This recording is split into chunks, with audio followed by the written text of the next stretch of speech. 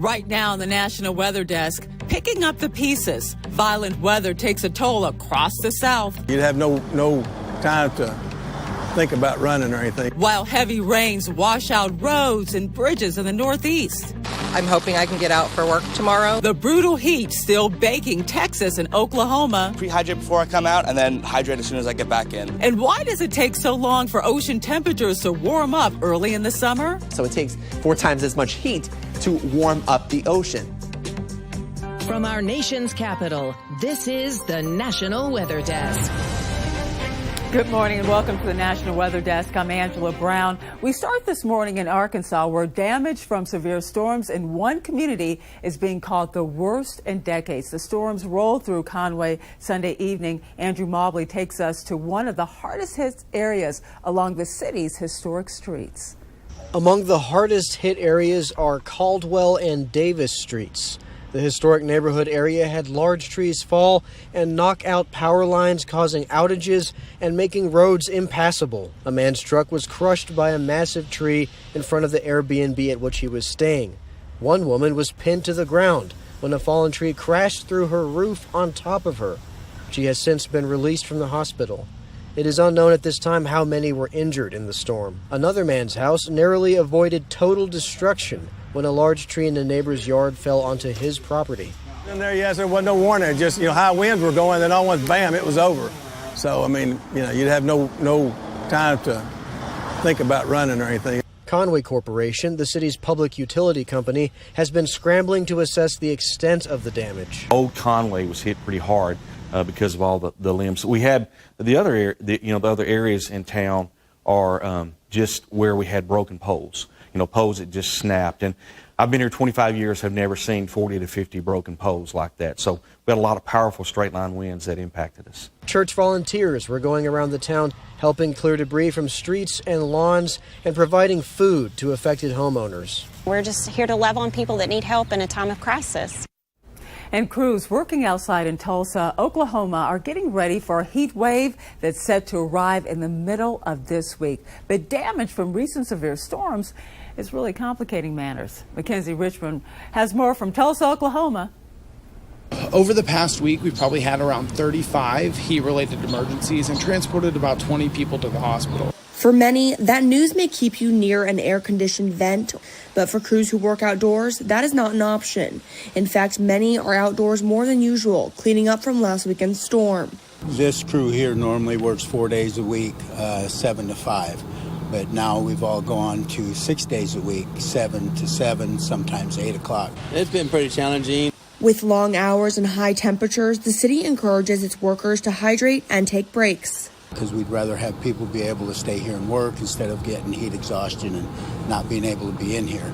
We went through a whole case of water and a whole case of Gatorade on our crew, but it's been pretty challenging. But we take breaks about every 30 minutes. We try to take a small break and try to make sure everybody's got their liquids in them and just make sure everybody stays hydrated while we're out here.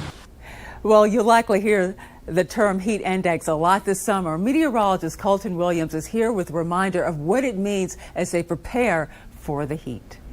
What is heat index, by the way? When we talk about this, what does this mean? Well, as there's moisture in the atmosphere and your body's trying to sweat to release away heat, if the moisture in the atmosphere is kind of oppressive on you, your body won't be able to release that heat. As a result, you will warm up. It almost feels like you've got a warm blanket on. Whereas when we've got low humidity, your body's able to sweat, release that heat nice and easily, and it feels comfortable. Meanwhile, unseasonably hot temperatures in Austin has led to a spike in heat-related emergencies. Travis County EMS is seeing a dramatic increase in the number of 911 calls and ER visits. Betty Cross reports it may surprise you who is the most likely to need medical help during this heat wave. Drew Robson is getting his steps in despite the oppressive heat. I pre-hydrate before I come out and then hydrate as soon as I get back in. A mix of water and electrolytes have kept him from having to rush to an emergency room with heat-related problems this summer. But that's not true of other men his age. What the emergency departments are seeing are those younger males coming in. Janet Fichette with Austin Public Health says too many young men are pushing their bodies dangerously hard in the heat. Many are landscape and construction workers, but others show up in emergency rooms after workouts. Almost 50% are between the age of 20 and 39 years of age. Of course, it's not just young men who are overheating. EMS says it's also seeing an uptick in 911 calls for both genders and all age groups. In the last 2 weeks, we've seen a dramatic increase in call volume for heat-related emergencies. With a sweltering week ahead, health officials are asking everyone who works or works out in the heat to drink water regularly, take shade breaks, and wear loose-fitting clothes. Well, people across parts of New England were fixing roads and bridges on Monday, a day after heavy rains caused significant damage. You can see it right here in several communities. That meant people had no way to leave their neighborhoods. We have two reports this morning, starting in Andover, Maine, where Owen Kingsley reports workers are scrambling to repair a critical bridge. You know, the rain came down and just took everything with it. About 6 inches of rain poured down on Andover Sunday night, leaving several roads in town washed out. We're looking at millions of dollars. Including this bridge on North Main Street. Floodwaters tore through it sometime Monday morning. The waters came up over and started eating away at the pavement. You see that it's fallen to the side, it's cracked, there are open areas underneath, and just big blocks of asphalt. Combined with the damage on the nearby crossroad, it left the residents of Wyman Hill Road, a dead-end street, trapped. And that's pretty serious for the residents up here. It's one thing to be stranded in your home, but if you have a medical emergency or some other thing, then that becomes a more serious issue. We will not be able to get emergency equipment across this safely. Town officials and neighbors have already worked on contingency plans in case of emergency. But we'll stop emergency vehicles here and we'll go on foot and we will get up there and make it work. Well, we tend to take care of our own up here. As for progress on these roadways, it's more likely to be a couple of days rather than a couple of hours. The rain just kept coming and was harder and harder through the night. A hard rain causing severe road damage and flooding in Alexandria. Richard Potak says he's dealt with washouts before, but none this bad. Across the street, his 81-year-old neighbor now has a crater where her driveway used to connect to the road. And it's a similar situation for Hillary Seeger up the street. This is insane. It's going to take a while to fix this. Police and fire officials say there are about 30 people who are stuck, and helping them is their main priority. Crews are absolutely scrambling right now to get these roads open as quick as they possibly can. The fire chief says they've been putting out calls to nearby communities to access some of their big equipment like trucks and excavators so they can speed up the process. Storms in the New York region caused significant problems at their big three airports. More than 40% of flights leaving Newark, LaGuardia were canceled yesterday, while delays topped 40% at JFK. As for today, there are already 220 cancellations at those three airports. For more on how the storm is impacting communities, here's Vanessa Murdoch.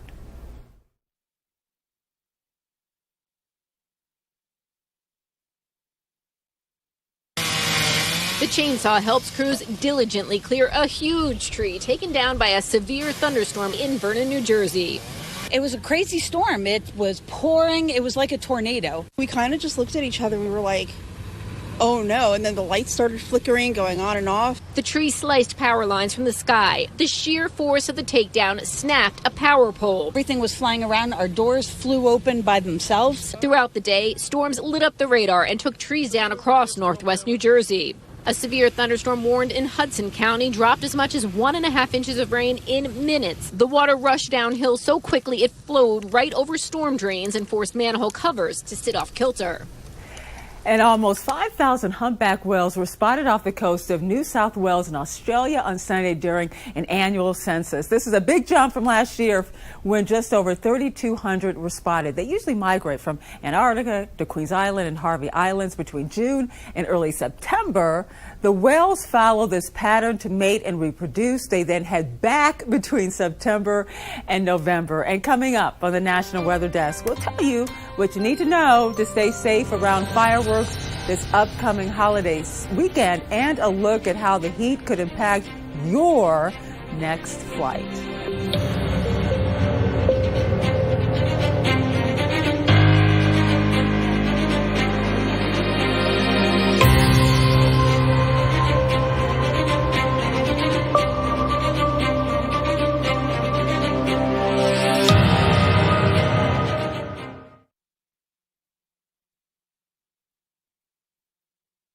Hi, everyone. I'm meteorologist Charlie Lopresti with Look at the Northeast. We're tracking more unsettled weather in the Northeast, more humid conditions as well, with temps today topping out in the 70s and low 80s. As we go throughout the afternoon, notice 3:30 or so, our greatest chance for maybe getting a thunderstorm is back in New York and northern parts of New Jersey.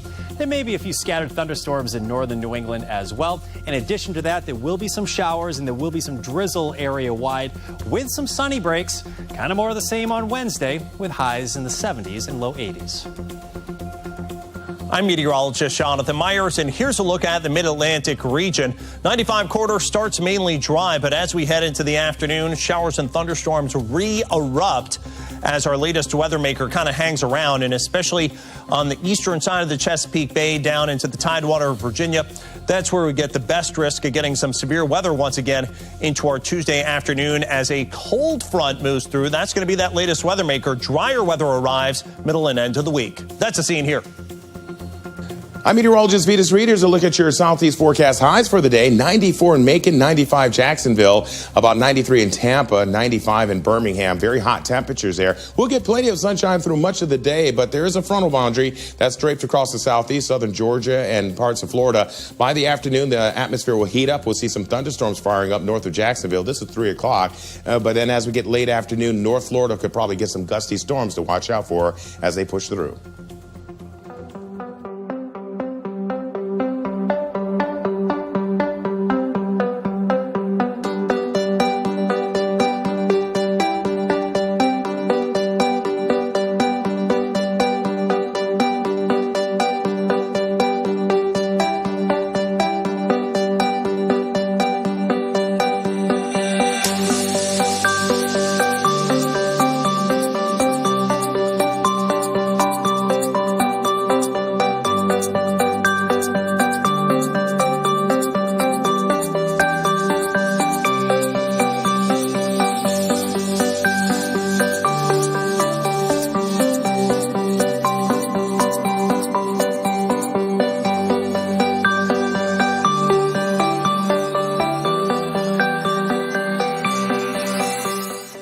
Weather Window, presented by the National Weather Desk. Parts of the country are still having air quality issues due to drifting smoke from wildfires burning in Canada, including this hazy view from Marion, Wisconsin. The wildfire smoke has also reached Europe. Meanwhile, these asparagus clouds spotted over Columbia, South Carolina Monday morning looks like a painting, but these very real clouds get their wavy form when the air rolls up and down. For more content like this, like the National Weather Desk on Facebook. Rivers across the country are constantly being monitored with gauges. These gauges are in a fixed point. They look something like this, but differ in level depending on where they are installed. Meteorologists Emily Gracie and Matt Ritter sat down with a hydrologist from the National Weather Service to learn about the process of measuring river heights. A river stage is, we're just measuring how much water is in the river from, this is where it kind of gets confusing, an arbitrary point.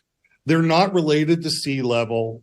So, you know, some may say that you're saying there's only 40 feet of water in the river at point A and only 20 feet of water in the river at point B. And it's kind of arbitrary. So you kind of got to get that out of your head. Right. And to not to lead your comment, but a lot of folks, including some meteorologists, think a river stage is a river depth. And that's not necessarily true. That's right? absolutely right. That's a great way of explaining it. It's not the depth of the river, because you could have a river stage of 17 feet, but there's only 4 feet of water in the in the river. So I'm curious about the gauges themselves. Are you guys in charge of setting those up, and who does that, and how is it decided where they go? I'm glad you mentioned that, because we could not do what we do without the USGS, U.S. Geological Survey.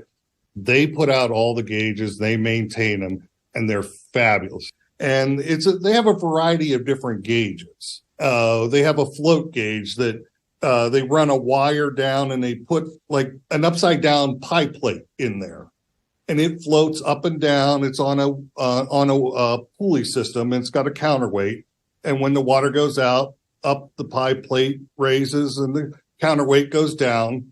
And they can measure the length of the wire, and it's got a satellite linked to it. And once an hour, it'll send that number up to the satellite, The satellite takes it and relays it to our receiving station in Wallops Island. And then from Wallops Island, it comes to our office. Well, if you want to hear more about river flooding, including the new technology NOAA is working on that will certainly save lives, make sure you listen to this week's episode of our podcast, Off the Radar. Find it on Apple, Spotify, really anywhere you get your podcasts. One way we all try and stay cool in the summer months is heading to the beach for some time in the water. But how is it that the water temperature stays so much cooler than air temperatures? Meteorologist Anthony Macari is in Providence, Rhode Island, with that answer. Now, the reason why it takes so long for the ocean temperatures to warm up is because the heat capacity is far larger than land. Here's the exact number, 4,182 joules per kilogram.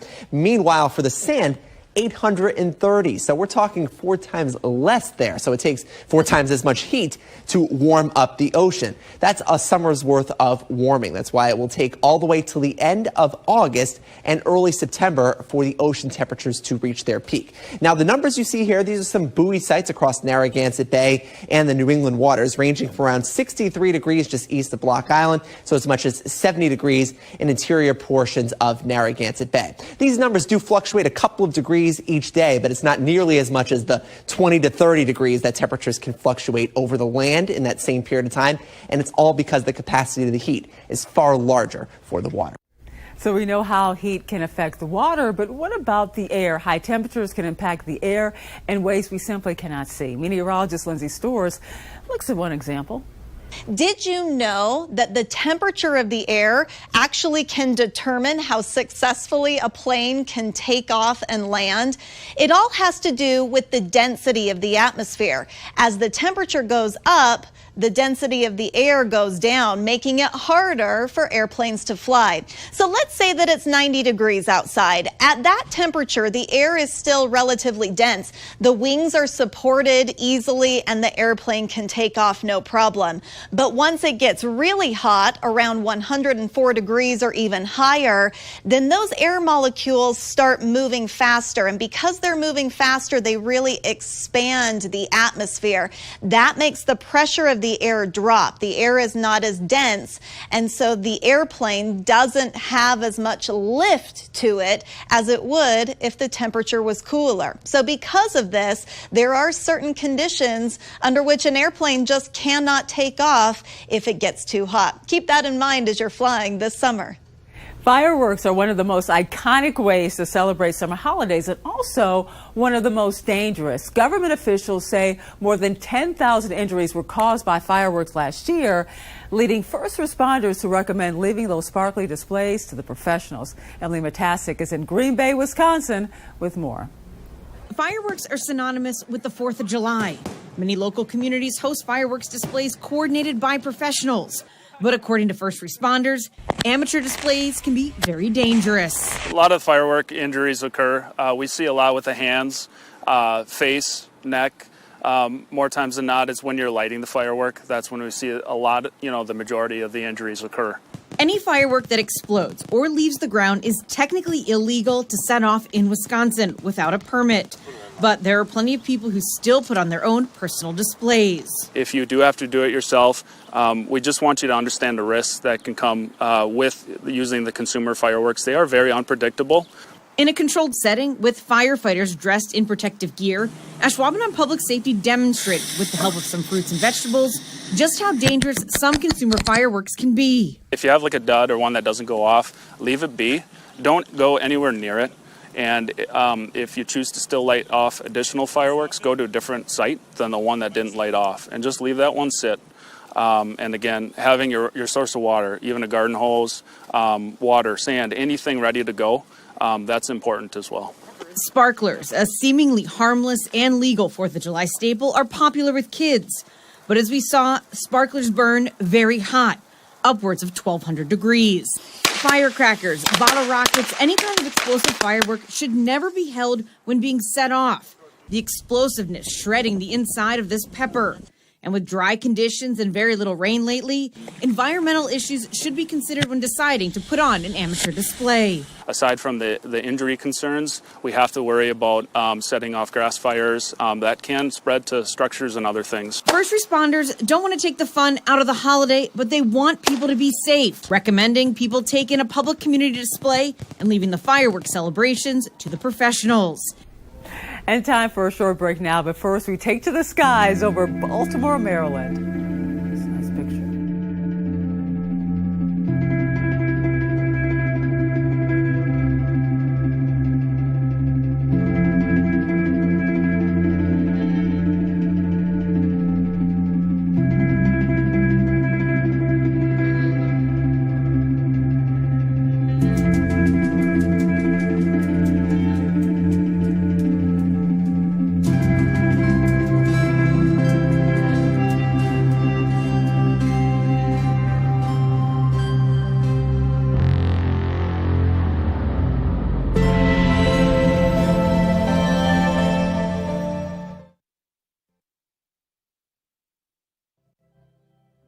A high-pressure system is building for the Midwest. Good morning, everyone. I'm meteorologist Sarah Converse. Seeing some 80s and even some 90s over in St. Louis, though still hanging on to the gloomy weather.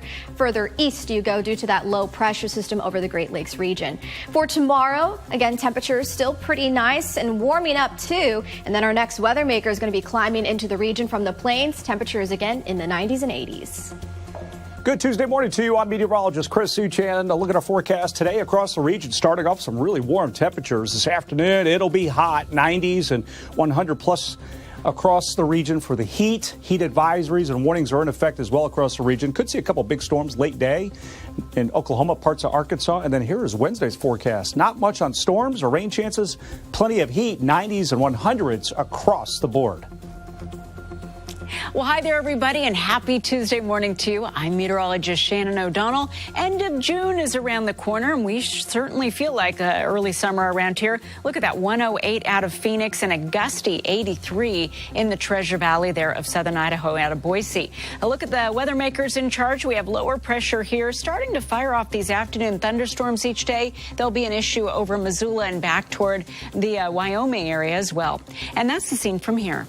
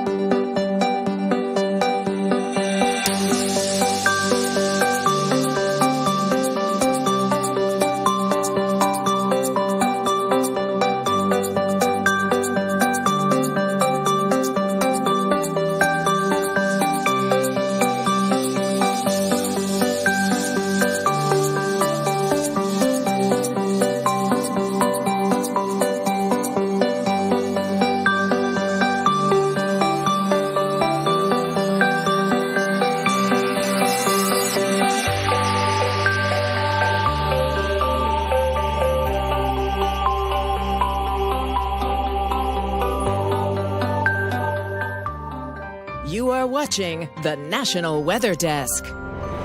Some rare cloud formations are taking shape over the skies of the Pacific Northwest. Meteorologist Kristen Clark tells us how they form and what makes these clouds so special. Hey, the first noctilucent clouds of the season have appeared in the summer sky over Washington state. Also known as night shining clouds, they are extremely rare. They are higher than any other cloud and are only visible at latitudes between 45 and 80 degrees north latitude in the northern hemisphere. These ice blue clouds form 50 miles above the ground in a layer of our atmosphere known as the mesosphere. Summer heating lifts moisture to high altitudes where it freezes upon contact with fine dust particles from, get this, incinerated meteors, volcanic eruptions, and man-made pollutants. The resultant ice crystals make for a mystical sight in the summertime sky. And we'd love to share your weather content on the air. You can find us on all your favorite social media platforms, Facebook, Twitter, Instagram, TikTok, YouTube. Just search at NATWX Desk or the National Weather Desk. We'll be right back.